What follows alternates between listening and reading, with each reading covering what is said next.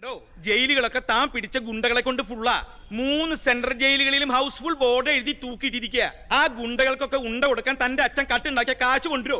Police ഇപ്പൊ അങ്ങോട്ട് ഓടണു ഇങ്ങോട്ട് ഓടണു. ഈ മൂത്രം ഒഴിച്ചിട്ടല്ല ജീപ്പ് ഓടണത്, പെട്രോൾ ഒഴിച്ചിട്ടാ. കേരളം ഭരിക്കുന്ന CM ഇങ്ങനെ ഒരു കോമാളിയാ വരുന്നത്.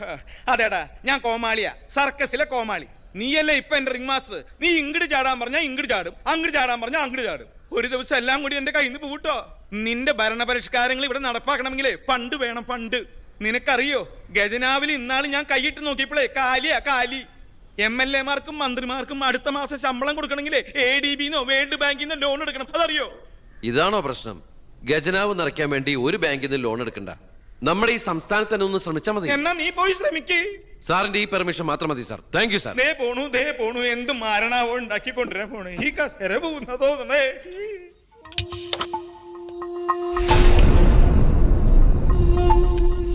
15 വർഷങ്ങൾക്ക് മുമ്പ് ഈ മന്ത്രി ദിവാകരന് ഇലക്ഷനിൽ മത്സരിക്കാൻ കെട്ടിവെക്കാനുള്ള പണം പോലും പാർട്ടിക്ക് സംഭാവന ചെയ്യുന്നു. പക്ഷെ ഇന്ന് അയാൾക്ക് കൊട്ടാര സദൃശമായ ബംഗ്ലാവുകളും മെട്രോ നഗരങ്ങളിലെ ഷോപ്പിംഗ് കോംപ്ലക്സുകളും അടക്കം കോടികളുടെ ആസ്തിയുണ്ട്. രാജൻ ജോസഫ് എന്ന പേരുള്ള ഒരാളുടെ പഞ്ചനക്ഷത്ര ഹോട്ടലുകളാണിതെല്ലാം, 9 എണ്ണം. ഇങ്ങനെ ഒരാൾ ഈ ഭൂമി മലയാളത്തിലില്ല എന്നുള്ളതാണ് സത്യം. ബിനാമി പേരിലും മറ്റ് അഡ്രസ്സുകളിലും നമ്മുടെ എക്സ് മിനിസ്റ്ററും മുൻ പാർട്ടി പ്രസിഡന്റും ഒക്കെ ആയിരുന്ന ഗോപാലകൃഷ്ണ പിള്ളയുടെ ഹോട്ടലുകളാണിതെല്ലാം. ഏകദേശം 100 കോടിയോളം ആസ്തി വരുന്ന ഈ വസ്തുക്കൾക്ക് ആളോ അവകാശങ്ങളോ ഇല്ലാത്തതിനാൽ നമുക്കിത് ഗവൺമെന്റിലേക്ക് കണ്ടുകെട്ടാം. ഒന്ന് നിർത്തണം. ലൈറ്റ് ഓൺ ചെയ്യ്. താൻ എന്തിനുള്ള പുറപ്പാടാ? സാർ, ഇതുപോലെ 100ഓളം പേരുടെ ബിനാമി ഇടപാടുകളും വൻ അഴിമതി കേസുകളും ഇവർ കണ്ടെത്തിയിട്ടുണ്ട്. അതിൽ 25ഓളം പേർ രാഷ്ട്രീയ പ്രമുഖരാണ്. മാധവൻ നമ്പ്യാർ മുതൽ എന്റെ അച്ഛന് പങ്കാളിത്തമുള്ള ചെറാക്കുളം ഫൈനാൻസേഴ്സിന്റെ ഉടമ പവിത്രം വരെയുണ്ട് സാർ ലിസ്റ്റിൽ. ഏകദേശം 1500 കോടിയിലേറെ നമുക്ക് ഖജനാവിൽ നിറക്കാൻ കഴിയും. അത്തരം പറയലടോ ആഭ്യന്തര മന്ത്രി. ഇവരെ ഒന്നും നമുക്ക് തൊടാൻ പറ്റില്ല. മന്ത്രിസഭ നിലനിർത്താനും MLA മാരെ ചാക്കിട്ട് പിടിക്കാനും തെരഞ്ഞെടുപ്പിന് കോടികൾ വാരി വിതറാൻ കഴിവുള്ള പൊളിറ്റിക്കൽ കിങ് മേക്കേഴ്സ് ആണ് ഇവരൊക്കെ.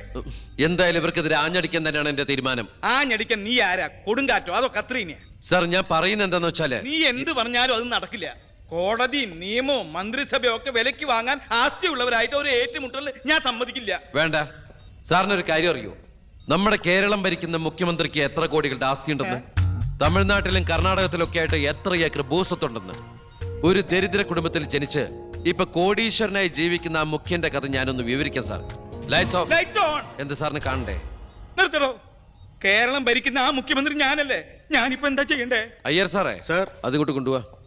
അടുത്ത മാരണം. വിദേശ നിക്ഷേപങ്ങൾ വ്യവസായവൽക്കരണത്തിന് എങ്ങനെ പ്രയോജനപ്പെടുത്താമെന്ന് എന്റെ ചർച്ചയ്ക്കായി മലയാളി സംഘടനകളുടെ പ്രത്യക്ഷണം സ്വീകരിച്ച സാറും സാറിന്റെ PAയും അമേരിക്കയിലേക്ക് പറക്കുന്നു. നിങ്ങൾക്ക് 2 പേർക്കുള്ള വിസയും ടിക്കറ്റും.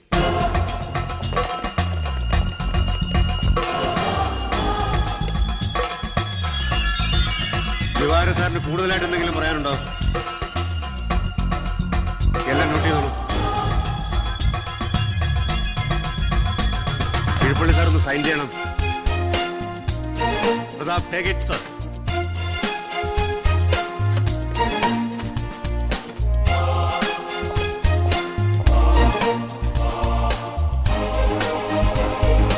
ഒരാളും പുറത്തു പോകരുത്.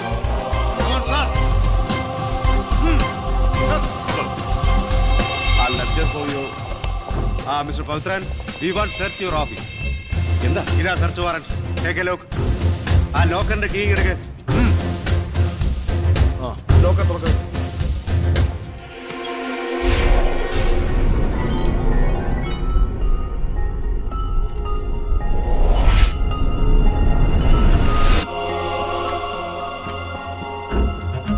എന്തായി? അതിനകത്ത് കുറച്ചെങ്കിലും വെച്ചേക്കണേ. പാടൂ.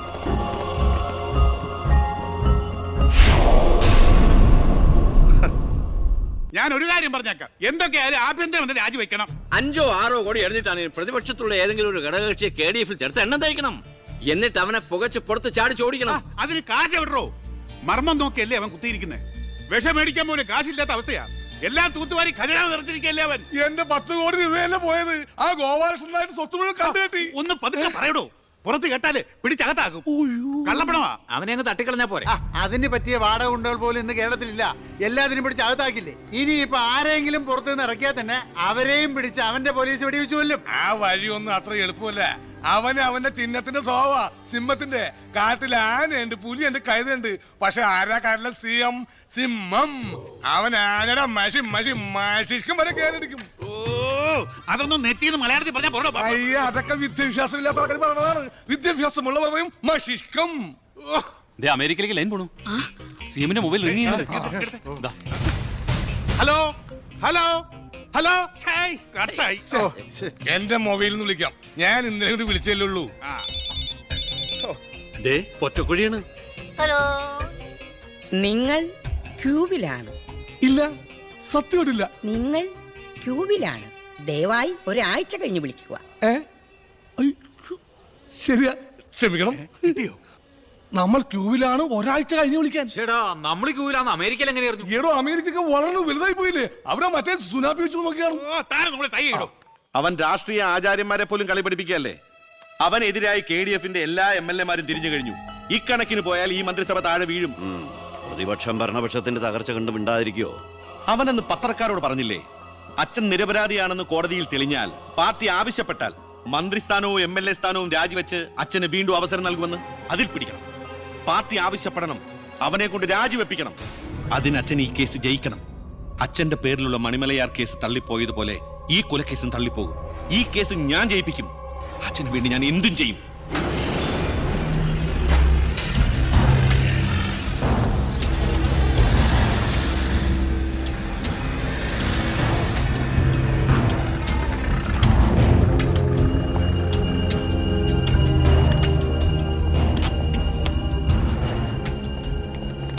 സാർ, ഇന്ന് രാവിലെയാണ് സംഭവം നടന്നത്.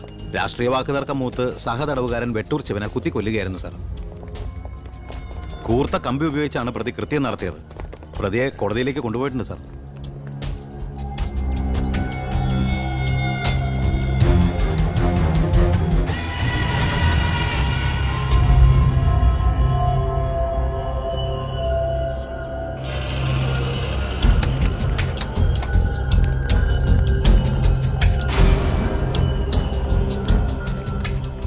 ഒന്നുകിൽ ദൈവം അച്ഛനെ കേസിൽ നിന്ന് രക്ഷിച്ചു, അല്ലെങ്കിൽ അച്ഛൻ സമർത്ഥമായി സ്വയം രക്ഷപ്പെട്ടു.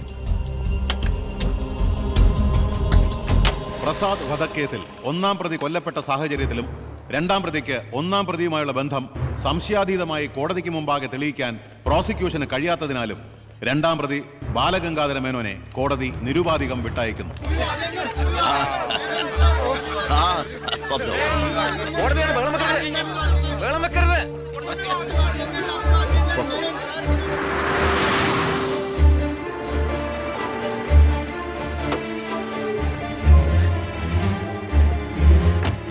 ലക്ഷ്മി, ലക്ഷ്മി, അറിഞ്ഞോ നീ? ഞാൻ കേസ് ജയിച്ചടി. ഞാൻ നിരപരാധിയാണെന്ന് കോടതിക്ക് ബോധ്യായി. പത്രക്കാരുടെയും TV-ക്കാരുടെയും മുമ്പിൽ വെച്ച് നിന്റെ പുന്നാരമോൻ വീരവാദം മുഴക്കിയതല്ലേ? ഞാൻ നിരപരാധിയാണെന്ന് തെളിഞ്ഞാൽ എനിക്ക് വേണ്ടി മന്ത്രിസ്ഥാനം രാജിവെച്ച് ഒഴിഞ്ഞോളാമെന്ന്. നീ ചെന്ന് പറയടി അവനോട് രാജിവെക്കാൻ. നിങ്ങൾക്ക് എന്താ ഭ്രാന്ത് പിടിച്ചോ? ഭ്രാന്തായിരുന്നടി, അധികാരം കയ്യില്ലാത്ത എന്റെ ഭ്രാന്ത്. എനിക്ക് അറിയാൻ പാടില്ലാണ്ട് ചോദിക്കുക. നിങ്ങൾക്ക് ഇതുവരെ മന്ത്രിയായി കൊതി തീർന്നില്ലേ? ഇല്ല, എന്റെ ഏറ്റവും വലിയ ലഹരിയ അധികാരം, മന്ത്രിസ്ഥാനം. മനസ്സിലാവില്ല നിനക്കൊന്നും. എനിക്ക് മന്ത്രിയായിട്ട് തന്നെ ജീവിക്കണം. മന്ത്രി കസേരയിൽ ഇരുന്ന് തന്നെ മരിക്കണം. നിനക്കറിയോ, അധികാരം നഷ്ടപ്പെട്ടത് മുതൽ മനസമാധാനത്തോടെ ഞാൻ ഉറങ്ങിയിട്ടില്ല. വീണ്ടും മന്ത്രിയാകുക എന്നുള്ള എന്റെ ഒരു വാശിയടി. നീ അവനോട് വാക്കുപാലിക്കാൻ പറയടി. ഇതൊക്കെ നേരിട്ട് ചെന്ന് പറഞ്ഞാ മതി. എന്താ നിനക്ക് പറഞ്ഞ? എന്നെ കൊണ്ട് പറ്റില്ല, അത്ര തന്നെ. ഓ, മന്ത്രിസ്ഥാനം പോയതോടെ നിനക്ക് എന്നെ വേണ്ടതായില്ലേ? എന്നെ അനുസരിക്കാൻ കഴിയില്ലെങ്കിൽ പൊയ്ക്കോ ആഭ്യന്തരമന്ത്രിയുടെ വീട്ടിലേക്ക്. ബാക്കിയുള്ള ജീവിതം മോന്റെ കൂടെ തന്നെ അവിടെ. എന്താ അച്ഛ ഇങ്ങനെ? അച്ഛനൊഴികെ ഈ നാട്ടിലെല്ലാവരും വാനോളം പുകഴ്ത്ത ഏട്ടന് ഇങ്ങനൊരു മന്ത്രിയെ കിട്ടിയതിൽ അഭിമാനിക്കുക. മക്കൾ തങ്ങളെക്കാൾ വലുതാവണമെന്ന് എല്ലാ അച്ഛനമ്മമാരുടെ ആഗ്രഹം. പക്ഷെ അച്ഛൻ അസൂയ. മകൻ തന്നേക്കാൾ വലുതാവുന്നുള്ള എന്റെ അസൂയ.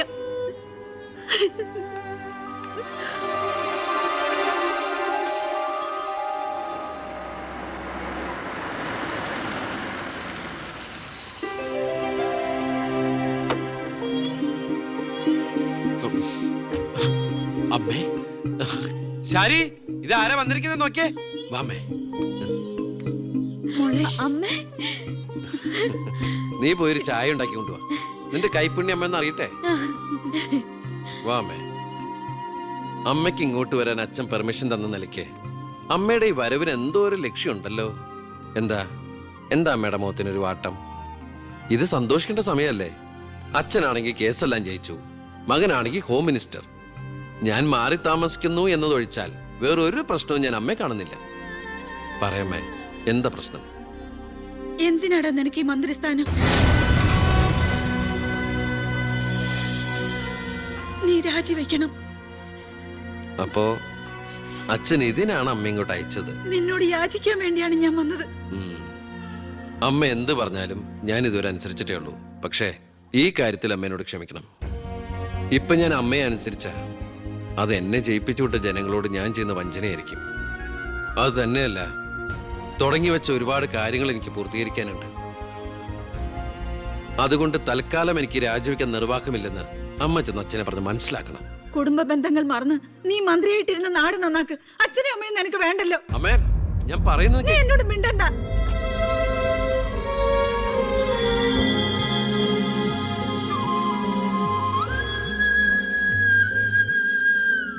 ഇല്ല, അവൻ രാജിവെക്കില്ല. അവൻ രാജിവെക്കുമെന്ന് കരുതിയ നമ്മളാ മണ്ടന്മാർ. ചക്കരക്കുടത്തിലല്ലേ കൈയിട്ടിരിക്കുന്നത്. അധികാരത്തിന്റെ മത്ത് പിടിപ്പിക്കുന്ന സുഖം അവനും അനുഭവിച്ചു കഴിഞ്ഞു. ഇനി അച്ഛന് വേണ്ടി സ്വന്തം സുഖങ്ങൾ ഉപേക്ഷിക്കാൻ മാത്രം വിഡ്ഢിയൊന്നും അല്ലവൻ. സ്വന്തം കുടുംബത്തിൽ വരെ റെയ്ഡ് നടത്തി അവൻ പ്രശസ്തി പിടിച്ചു പറ്റിയില്ലേ? ഇപ്പൊ പത്രക്കാരും ചാനലുകാരും എന്തിന് പ്രതിപക്ഷം വരെ അവനെ പൊഴുത്തുകയല്ലേ? അവൻ നാട് നന്നാക്കുക എന്തു വേണമെങ്കിലും ആയിക്കോട്ടെ, പക്ഷെ നമ്മുടെ കുടുംബത്തിൽ ഒരു അംഗമെന്ന ഒരു പരിഗണന ഇനി അവന് കൊടുക്കാൻ പാടില്ല. അച്ഛന്റെ മനസ്സറിയാൻ കഴിയാത്തവന് പടിക്ക് പുറത്താ സ്ഥാനം. അച്ഛൻ നോക്കിക്കോ, ഈ ചിറ്റാരിക്കര മണ്ഡലത്തിൽ വീണ്ടും ഒരു ഇലക്ഷൻ ഉണ്ടാവും അച്ഛന് മത്സരിക്കാൻ വേണ്ടി. അച്ഛൻ മുഖ്യമന്ത്രിയാകുന്നത് എനിക്ക് കാണണം. എങ്ങനെ? പുരയ്ക്കുമേതെ ചാഞ്ഞു നിൽക്കുന്നത് പൊന്നു കായ്ക്കുന്ന മരമാണെങ്കിൽ പോലും അത് വെട്ടിക്കളയണമെന്ന പ്രമാണം.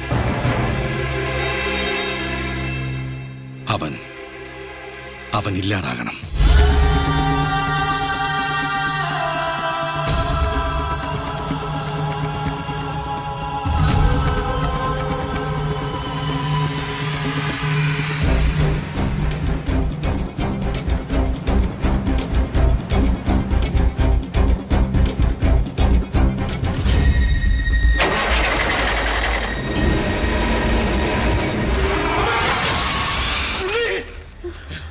എന്താ? എന്തു പറ്റി?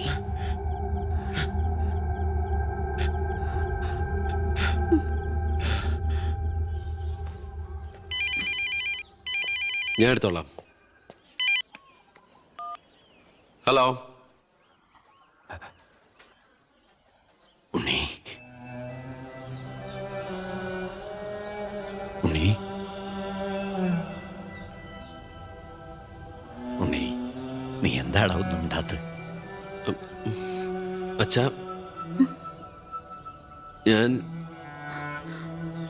എനിക്ക് നിന്നെ ഒന്ന് കാണണം. ഞാനിപ്പോ ഡൽഹിക്ക് പോകാൻ വേണ്ടി എയർപോർട്ടിൽ പോകാൻ നിൽക്കുക. എന്തായാലും ഞാൻ അവിടെ വന്നിട്ട് നീ പോയാ മതി. ഉടനെ എന്താ? അച്ഛനാ, ആ ശബ്ദത്തില് പഴയ സ്നേഹവും വാത്സല്യവും ഒക്കെ എന്നെ ഉണ്ണീന്ന് അച്ഛൻ പണ്ടങ്ങ് വിളിച്ച് കേട്ടതാ. പിന്നെ ഇപ്പോഴാ ഇങ്ങോട്ട് വരണുണ്ടെന്ന്. ഈശ്വരാ.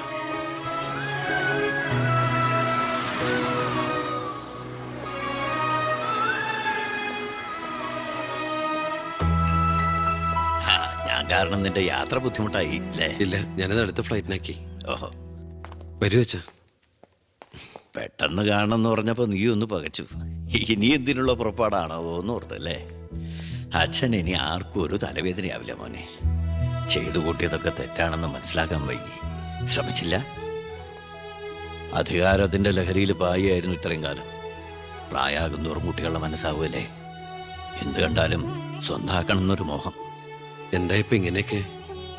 മുന്നിലേക്ക് നോക്കിയപ്പോഴോ തിരിഞ്ഞു നോക്കിയപ്പോഴോ ഒരു കാര്യം എനിക്ക് ബോധ്യായി. ഞാനെന്ന രാഷ്ട്രീയക്കാരൻ വെറും ഒരു വട്ടപൂജ്യമാണെന്ന്. എന്നിൽ അച്ഛൻ ഒരു മൃഗമായിരുന്നു എന്ന്. പ്രായശ്ചിത്തം ചെയ്ത പാപങ്ങൾക്ക് പരിഹാരമാകുമെങ്കിൽ ഞാൻ മോന്റെ കാലം അങ്ങനെയൊന്നും പറയല്ലേ. മതിയായി, എല്ലാം മതിയായി. ഞാൻ ഇന്ന് വരെ അഴിമതിയിലൂടെ ഉണ്ടാക്കിയതൊക്കെ സർക്കാരിന് തിരിച്ചു കൊടുക്കാൻ പോവാ. എന്നിട്ട് ചെയ്ത തെറ്റുകൾ ഏറ്റുപറഞ്ഞ് പൊതുജനങ്ങളോട് മാപ്പ് ചോദിക്കണം. അച്ഛാ, അച്ഛനെ വിശ്വസിക്കടാ. ഇനി നിന്റെ അച്ഛൻ വിശ്വാസവഞ്ചനം കാട്ടില്ല. മതി, എനിക്കിത് മതി. ഞാൻ ആഗ്രഹിച്ച പോലെ ഒരു അച്ഛനെ ഈശ്വരൻ എനിക്ക് തിരിച്ചു തന്നല്ലോ. അറിഞ്ഞോ അറിയാതെയോ അച്ഛനെ ഞാൻ വേദനിപ്പിച്ചിട്ടുണ്ടെങ്കിൽ അത് ഇങ്ങനെ ഒരു അച്ഛൻ്റെ മകനായിട്ട് ജീവിക്കാൻ വേണ്ടിയിട്ടാ. ഇനി എൻ്റെ അച്ഛന് വേണ്ടി ഈ സ്ഥാനമാനങ്ങളൊക്കെ ഉപേക്ഷിക്കാൻ എനിക്ക് സന്തോഷമേ ഉള്ളൂ. വേണ്ടടാ, എനിക്കിനി മന്ത്രി ഒന്നും ആകണ്ട. നീ ശരി, നിന്നെപ്പോലുള്ള ചെറുപ്പക്കാരാണ് ഇനി ഇവിടെ ഭരിക്കേണ്ടത്. അടുത്ത തലമുറ നിന്നെ മാതൃകയാക്കുന്നത് നിറഞ്ഞ മനസ്സോടെ എനിക്ക് കാണണം. എന്നിട്ട് ഇങ്ങനെ ഒരു മന്ത്രിയുടെ അച്ഛനായിട്ട് ഇനിയുള്ള കാലം അഭിമാനത്തോടെ എനിക്ക് ജീവിക്കണം. ആ മോളെ, വന്നു കയറിയ മഹാലക്ഷ്മിയെ ആട്ടിപ്പായിച്ചവനാ ഞാൻ. എല്ലാ സൗഭാഗ്യങ്ങളും നിങ്ങൾക്ക് ഈശ്വരൻ തരും. നന്നായി വരും. ഉണ്ണി,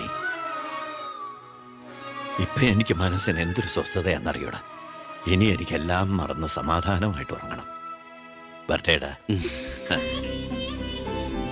ആ, നീ ഡൽഹി യാത്ര കഴിഞ്ഞ് തിരിച്ചു വന്നാൽ ഉടൻ 2 പേരും തറവാട്ടിലേക്ക് താമസം മാറണം.